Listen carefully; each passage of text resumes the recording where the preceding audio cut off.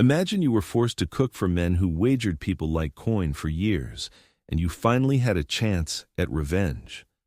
On the moonless night after a harvest supper, a planter slapped a paper on the kitchen table and dared the room to witness what liquor made him promise. She slid a ring meant for his bookkeeper onto her own finger and kept working the fire as if nothing had shifted. She would later turn the kitchen's quiet poisons into a verdict no court could read cleanly. But when escape began, the dogs would not be the only thing hunting her. The papers would. How do you flee a county where your own name exists twice, once as wife, once as property? Before we dive in, subscribe if you value original investigations, new cases every week. In late June of 2023, a graduate researcher sorting probate binders at the South Carolina Historical Society in Charleston flagged two leaves that should not have met: a grease-stained marriage license bearing the name Letty Hart, and, bound separately, a bill of sale listing female kitchen Letty Stout, both dated within the same harvest season of 1843. The charged image that drew attention was not the ink. It was a faint thumbprint in lard pressed near the bride's mark, as if someone had handled the paper with fat, slick fingers. Later that autumn, at a small kitchen yard excavation on the former Calder place along the Ashepoo River, a pewter ring with a flattened facet turned up in an ash lens adjacent to the brick hearth. Papers and ash, ring and grease, objects argued long after voices fell silent. Colleton District in 1843 ran on rice and timber. Ephraim Calder's plantation sat back from the river road behind live oaks threaded with gray moss. The map pins that mattered were few and fixed: the big house with its veranda, the detached kitchen house where heat and smoke stayed, the storehouse with its ledgers and locks, the chapel path that led past a stand of chinaberry, the river road where a ferry chit could erase a day, and the marsh gate, a low post and rail that opened to wild grass and fiddler crabs. The enslaved quarters, 12 cabins in 2 rows, held roughly 40 souls. 3 dogs shared the kennel by the overseer's porch and knew every foot that belonged. Surveillance lived in routines more than men. The pre-dawn bell rang once to wake the quarters and once again to mark field muster. At noon glare, an overseer rode the perimeter, reins slack, counting backs by habit.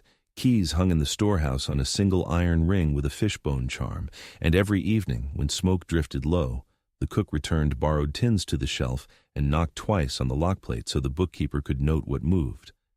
In the kitchen house, heat never ceased. The fire set slow and deep each afternoon. Rat paste sat in a blue jar on the sill behind the mortar, arsenic for vermin, dispensed by measure. No one in the big house asked how the pantry stayed unchewed. They only asked that it did. Letty Hart worked the Calder kitchen because she could make a stew hold a secret and a sauce float clear. Her competence was calibration without a scale, a hand measure for salt, a eye for boil, a patience that kept heat even with a stick and ash. Her vulnerability rode her left side, where an old scald had tightened skin from elbow to palm, turning grip into ache if held too long. Before each service, she tied a square of cloth under her apron in 3 small knots, one for the knife, one for the fire, one for the door. When men laughed, she stirred. When they staggered toward the veranda, she leaned into the light and watched who carried keys. Ephraim Calder, planter and gambler, wore linen loose and kept his books looser. He liked wagers that made men shift in chairs, dice with the miller, cards with the factor, stories with the parson. His method of control was debt that never zeroed, written in a hand that bent digits to his will. His weakness was the bottle and the pride it warmed. He preferred a paper victory waving in air over a quiet ledger line that closed a balance. Noah Pike, the overseer, kept order with habit and hounds. He carried a rawhide and a pocket watch that ran 2 minutes fast, so he could claim he waited. His method was proximity, always appearing near the quarters when sun fell, always crossing the kitchen yard when the pantry door stood ajar. His predictable weakness was overconfidence in the dogs. He believed scent and bay would solve any night. Silas Reeve, parish clerk and part-time agent for local planners, handled licenses, transfers, ferry chits, and small illicit favors. He controlled by paper, arranging signatures, backdating leaves, guiding men's marks with a steady pen. His weakness was the small cut he took on every transaction. Coin made him pliable, and the more papers crossed his desk, the more vulnerable his timelines became. Abigail Calder, Ephraim's widowed sister, managed the household linens and Sunday presentation. She enforced distance with silver and starch, who stepped on which plank, who touched the tureen, who washed the napery. Her weakness was reputation. What the chapel bench saw, the bench repeated, and she feared the rumor wind more than any storm. The signature artifact was a ring, pewter and plain, intended for the bookkeeper's bride in town and diverted by a drunken dare. Letty's method was poison, but not the blunt, theatrical kind.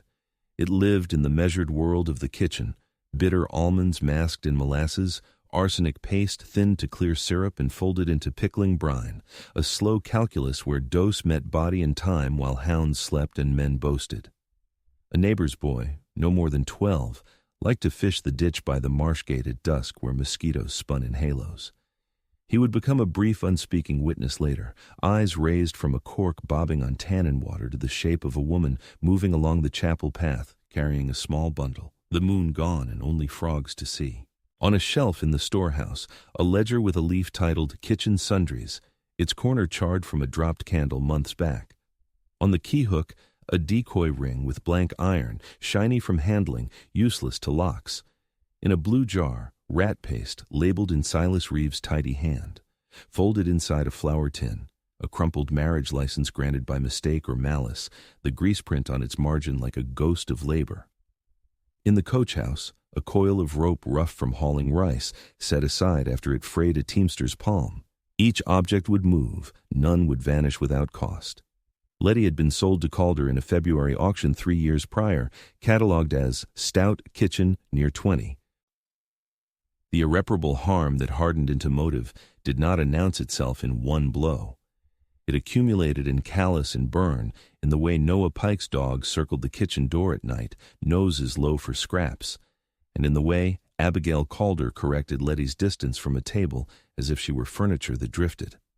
The wound deepened the night Ephraim, flushed with victory at cards, turned the kitchen into a room of wagers and dared his guests to witness his bravado by offering marriage to the overweight cook as a jest tighter than a knot. The men roared like fire when dry pine catches. Silas Reeve, always ready with paper, produced a license from his folio as if it were a trick. Letty did not flinch. She slid the pewter ring onto her finger beneath the table and kept tending the pot. The wound became iron when, days later, the same clerk recorded a bill of sale that named her property again for debt coverage should Ephraim's account fall. Wife on one page, inventory on the next. A person cannot live in 2 papers without breaking one. The kitchen's physics taught patience and offered leverage. Smells moved toward the yard when the wind came off the marsh. The fire ran low under lids and high at the chimney's throat. Copper pots, when unlined, leached green into acid sweets. The rat paste, crushed to powder, disappeared into glaze if stirred slowly with a flat spoon and cooled on a plate of tin so it looked like shine. The pantry door creaked at one hinge unless eased with lard. From the veranda, men saw nothing but service. Inside the kitchen house, everything stored a memory, where the heavy spoon bit the lip of a jar, where a flour tin hid a folded paper. Letty measured and waited. She watched Noah Pike count dogs at dusk and noted which night he loosed only 2 and kept 1 crated. She watched Silas Reeve arrive on a Thursday to settle fairy chits and leave with a side of bacon wrapped in oiled paper. She watched Abigail inspect napkins for lime and catch sight of the pewter ring once in the reflection of the pantry glass, the older woman's mouth tightening as if stitches pulled.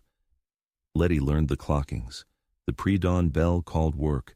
The noon glare sent men to shade. The chapel bell on Saturday evenings called the scattered to sit and pretend Sunday would change them.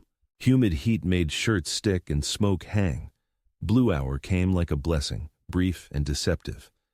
On the night the wager paper was waved, the air was close enough to hold the flies to the butter. On the days that followed, thunderheads stacked beyond the marsh but did not break, building a low charge that made dog hair rise and iron taste like pennies on the tongue. In the quarters, elders counted children, women traded roots and news, and a man named Jonah, lame from a logging chain, carved small marks into the chapel pathpost to track days to the next ration. Lookouts were not declared, they were practiced.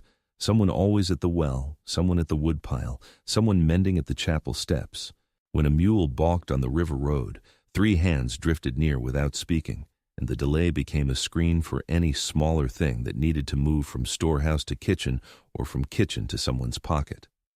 In such a world, silence could be either consent or conspiracy. No outsider could tell which. The dogs learned Letty's path to the smokehouse and ignored it. They did not know her Sunday path along the chapel trail, because she rarely took it. Noah Pike kept a new coil of rope in the coach house after the old one frayed, telling himself it was for carts, not necks.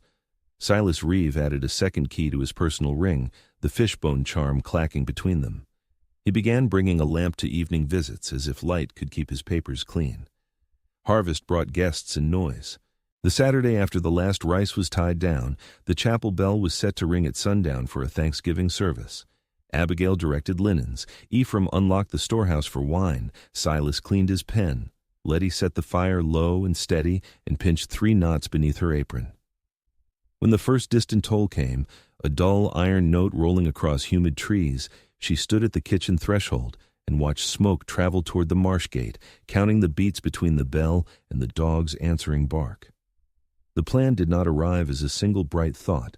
It condensed from heat and habit until it could be held like a ladle. The kitchen taught the timing. Steam rose slow from the brick hearth when the damper sat half closed. Syrups went clear if worked without hurry. Arsenic paste thinned to a pour when nudged with warm water and molasses. Letty turned these small laws into a spine.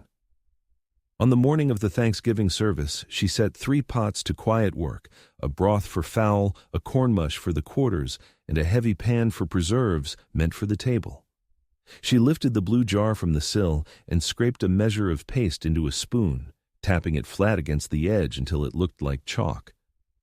Bitter almonds crushed in the mortar gave scent that masked suspicion. Molasses took color, and a copper penny dipped at the edge did not dull. She was not testing for poison. She was testing for the lie of shine, the way sweet glaze reflects lamplight. The mixture became a thin syrup, invisible once brushed on roasted fruit. She cooled a smear on a tin plate until it set to tack, then rubbed it with fat so it would catch only when teeth met it. She tied 3 knots under her apron again, knife, fire, door, and slid the pewter ring to her little finger so the larger joint could turn spoons without clatter. Evidence gathered itself in small places. The tin plate carried a faint ring of residue that would show later like a watermark. A wooden spoon stained darker at the bowl edge. The blue jar sat lower by a finger's breadth. Ash on the hearth formed a fan to the left where she'd kept heat low and even for hours. The kitchen house recorded the choices in silence. At noon, glare, when men sought the veranda shade and the dogs slept with tongues out. She crossed to the storehouse with a basket of empty tins. The door was locked. It always was. The bookkeeper, absent for the service preparations, had left the iron peg on the sill for Noah Pike to reclaim later. Letty knocked twice on the lock plate as she always did, then slid the basket onto the shelf with a knock loud enough to seem like clumsiness. Her right hand, free of weight, brushed the key hook. 2 rings hung there, the true iron ring with its fishbone charm and the decoy with blank blanks. She lifted both, turned her back to the doorway rectangle, and returned only the decoy. The true ring went under the basket cloth, and the fishbone charm lay against cooled tins without a sound. The ledger labeled Kitchen Sundries sat open on the bookkeeper's lectern to a leaf with a charred corner where a candle had once fallen. Letty leaned close and saw a fresh line from 2 days back. Rat paste, 1 jar, issued. Silas Reeve's tidy hand, the date definite. She pulled a bit of lard from her apron's tiny paper and pressed a thumb to the margin, leaving a crescent of grease near the entry that would later prove where the paper had been. She did not add or erase. She let the book keep its own indictment. She returned to the yard, the true keys heavy under cloth. The decoy would swing on the hook and calm a quick glance. A more careful look would come later, but later had a job to do. By blue hour, the table was laid under the veranda. Abigail Calder inspected napery with the same fixed intensity she reserved for chapel posture. Ephraim Calder held a glass, his laugh working looser with each pour, the marriage license still a story he liked to retell by raising his hand like a toast and tapping his breast pocket as if paper lived there. Silas Reeve arrived with his lamp already lit, an affectation against dusk that also warmed his pen's ink for signatures. Noah Pike walked the yard twice, counting backs and glancing toward the kennel. 2 dogs ranging, 1 crated. Letty set platters with steady hands. The poisoned brushwork went only where it mattered, on the glazed fruits arranged for display near Ephraim's place, and on a small tart she placed quietly on the sideboard, where Silas liked to stand between bites and paper. She salted the rest of the table with ordinary care. She ate a piece of bread in plain sight when she crossed the threshold, a quiet message for anyone who needed it, that this meal would not sweep the whole house clean. The quarter's food went out to a side table untouched by syrups, carried by Jonah and an older woman whose name the big house never used. The veranda lamps fattened the shine on the glazed fruit just as she had planned. The tin plate she had used to cool the test smear went under a stack of clean plates. Its slight tack grabbed a dusting of flour from a folded cloth, which would later turn up as a pale thumbprint when the plate was pried from the others. Evidence nested in housekeeping. Sundown brought the chapel bell's dull iron call. The service drew eyes away from the yard. Letty used the lull. She crossed the chapel path, carrying a small bundle, as she often did on Saturdays, to leave scraps for a neighbor with a new baby. The neighbor's boy, fishing the ditch by the marsh gate, lifted his eyes from the cork on black water and saw her silhouette pass between chinaberry trunks. She set the bundle behind the chapel steps, not food this time, but the pewter ring wrapped in cloth and the folded marriage license from the flour tin, its grease stain darkening the corner. She slid the bundle under the lower plank, where light would not find it, but fingers could. In the same motion, she pushed a short stick into the wet ground where, when lifted later by the right hand, it would show a groove of silt shaped like the pewter ring's flattened facet had pressed the soil. It was a message for those who watched clay more carefully than faces. Back along the path, she paused at the kennel gate. Noah Pike's new coil of rope hung in the coach house, neat as a sermon. The kennel latch held with an old, rusted hook. Letty greased the hook with a smear of lard and worked grit into the bend so it would slip if yanked with speed. She wanted 1 dog coming free before Pike meant it to, a small chaos at the right time. A snarl pointed the wrong direction. The first countermove arrived on paper. Silas Reeve, frowning at his lamp to keep moths out of the flame, had been asked by Ephraim to regularize a debt with a lien, more bluster than necessity, but habit for a man who liked paper to trail pride. Silas opened his folio, and the topmost item was not the lien draft he expected.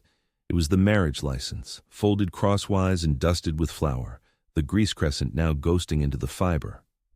He stared long enough that he shifted posture, then slid it beneath another sheet as if hiding it could make it not exist. He made a note in the parish book to revisit the posting. Paper began to hunt. Names split and doubled on his desk like reflections in river water, and in trying to align them, he marked them darker. The second countermove came on 4 legs. Noah Pike, pleased with his fast watch, chose to release the third hound after the chapel bell's second toll so he could circle the yard wide before full dark. He reached for the kennel latch and gave it a fast jerk. The greased hook let go. The dog bolted out and cut between men and table, caught scent not of the quarters but of the sugar brush on the glazed fruit, and jumped to front paws on the sideboard. Noah cursed and struck air. The dog seized a tart, swallowed a slicked portion without chewing, and bounded off. Letty stood still. A dose meant for Silas disappeared into a body that would carry it elsewhere. Plans had to bend in heat. The kennel confusion gave cover for a brief return to the storehouse. Letty crossed with 2 empty bottles, knocked again on the lock plate, and slipped inside using the true ring. She did not steal coin or food. She took only a small booklet of fairy chits from the drawer where Silas kept blank forms and tore 1 leaf clean, leaving the stub attached so the absence would be noticed but not immediately traced. She filled nothing. She was no clerk. She pressed the blank chit between 2 pages of the kitchen sundries ledger, where it would imprint slightly from the pressure. When someone later counted fairy leaves, the book would tell of its crossing even if the river kept silence. On her way out, she replaced the true keys with the decoy and set the iron ring with the fishbone charm on the hook, letting it swing once so it would look like it had always been there. She eased the door until it latched with the softened clack of lard on the strike. The storehouse stood again as it should. Only the ledger leaf remembered the press of an extra paper.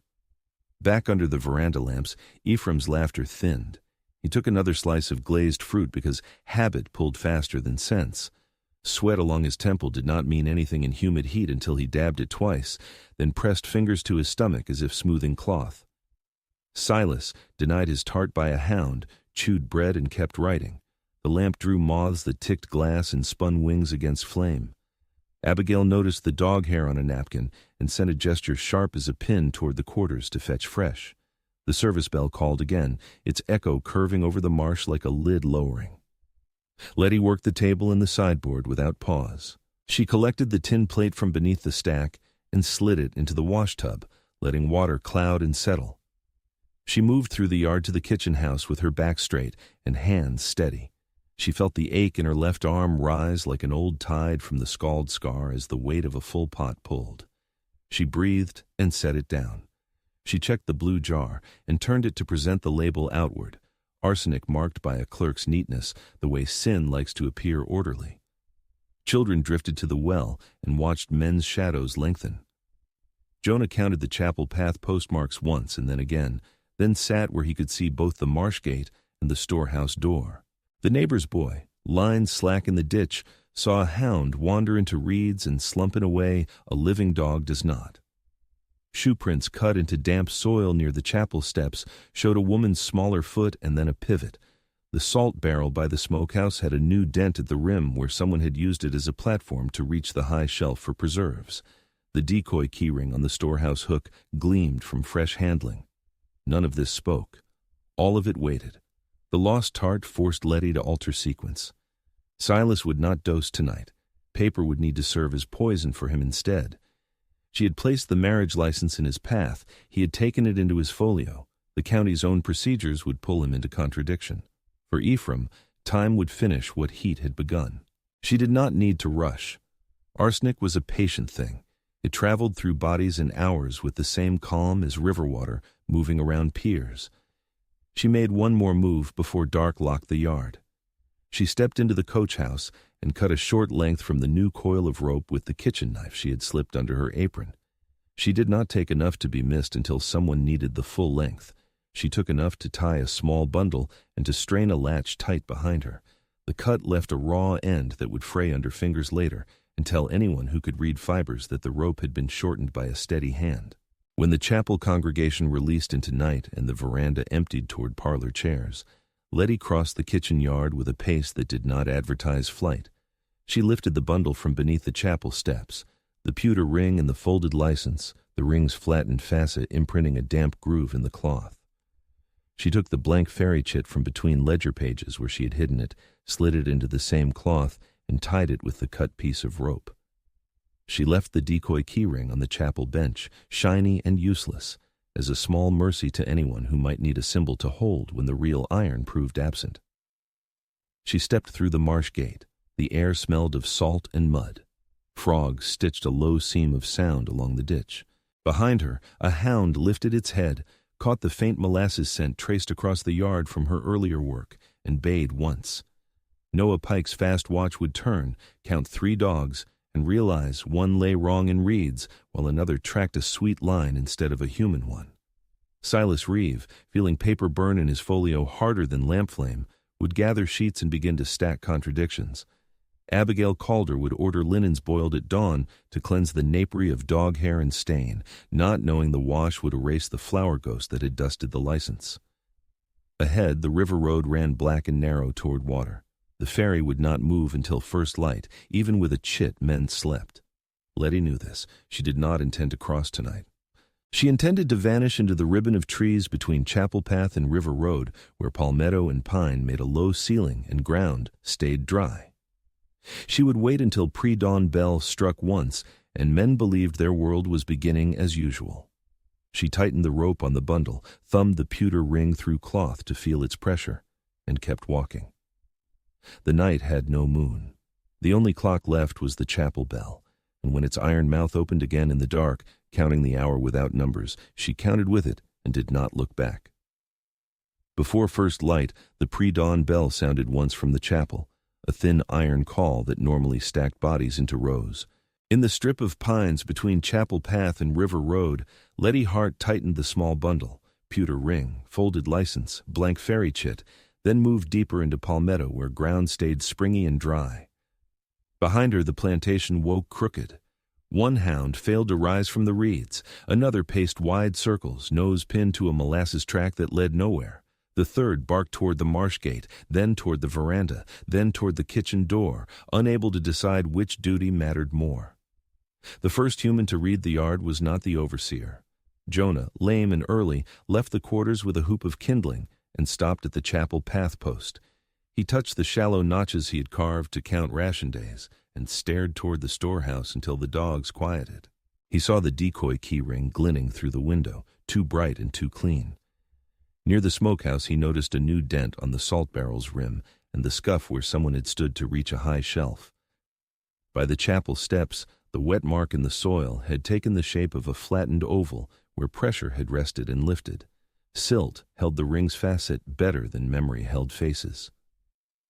He turned toward the kitchen house and watched ash drift in a low fan to the left of the hearth mouth, the pattern that meant a long, even heat had been held through the night. Evidence called silently in every direction. In the veranda room, Ephraim Calder woke late with a heaviness that made moving a negotiation. The humid heat did not explain the sick strength that grew behind his ribs. He sat, stood, sat again, dabbed at sweat that did not cool, and gestured for water that would not settle his stomach. By the time Noah Pike finished his first yard circuit and sent a boy to fetch the bookkeeper, Ephraim had folded over the table edge and retched thinly into a basin.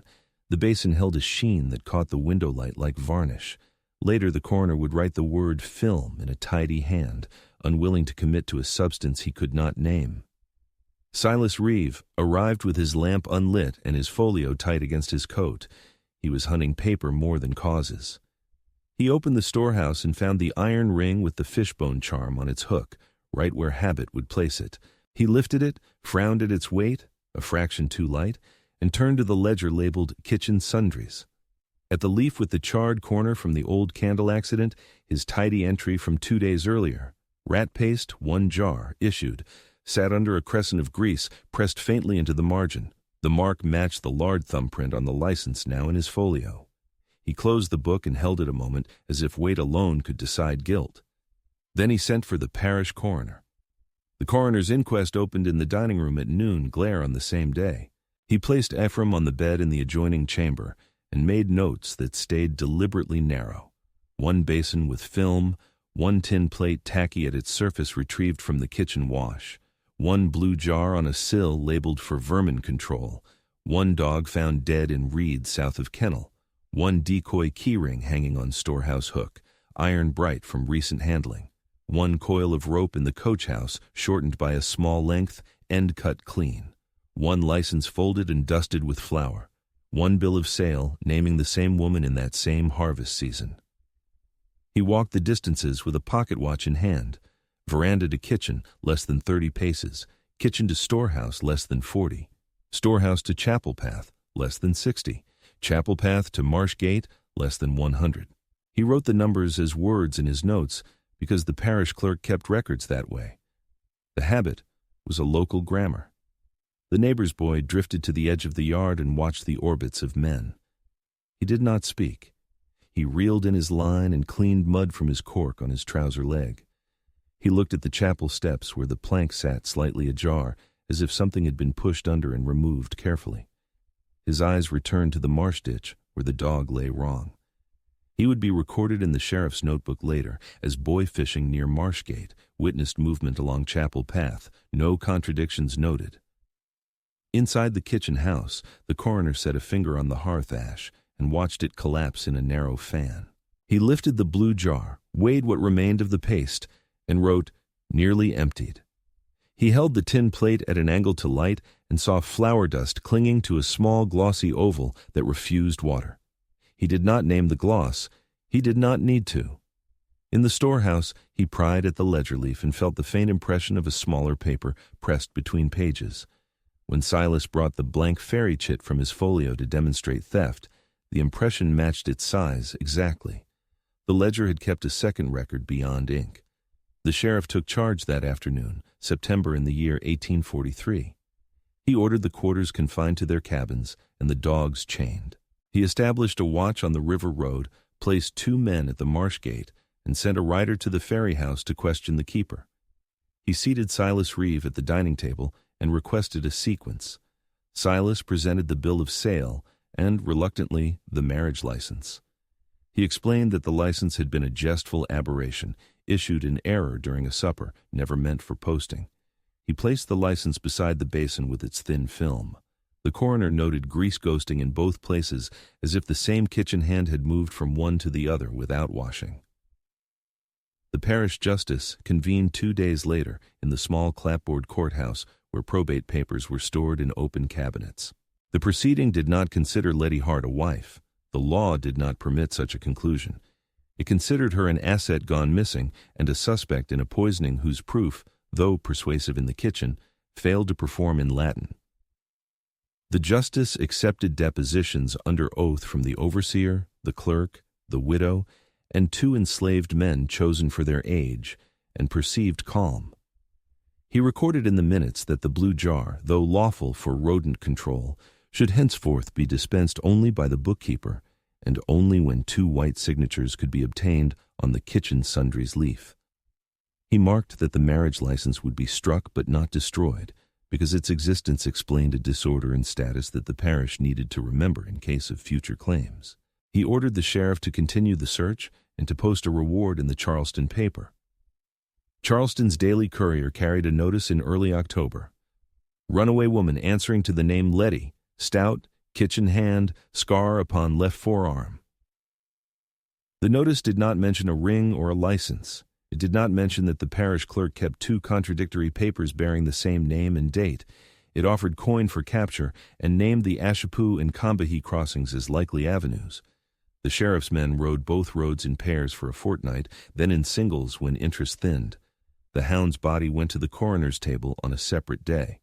He opened the animal with restraint and wrote that the stomach lining had whitening and small crystals adhered to its folds. He filed this under accidental taking of poison intended for vermin or for malicious purpose, a phrase that allowed the parish to shame no one present while also making room for quiet convictions held in kitchen yards. Silas Reeve received a formal reprimand from the parish vestry in November for mishandling of licenses and poor custody of Ferry's chits. He surrendered his fishbone charm as a mark of humility and resumed his duties with a watchman seated by his desk for the winter months. Abigail Calder shifted household practice.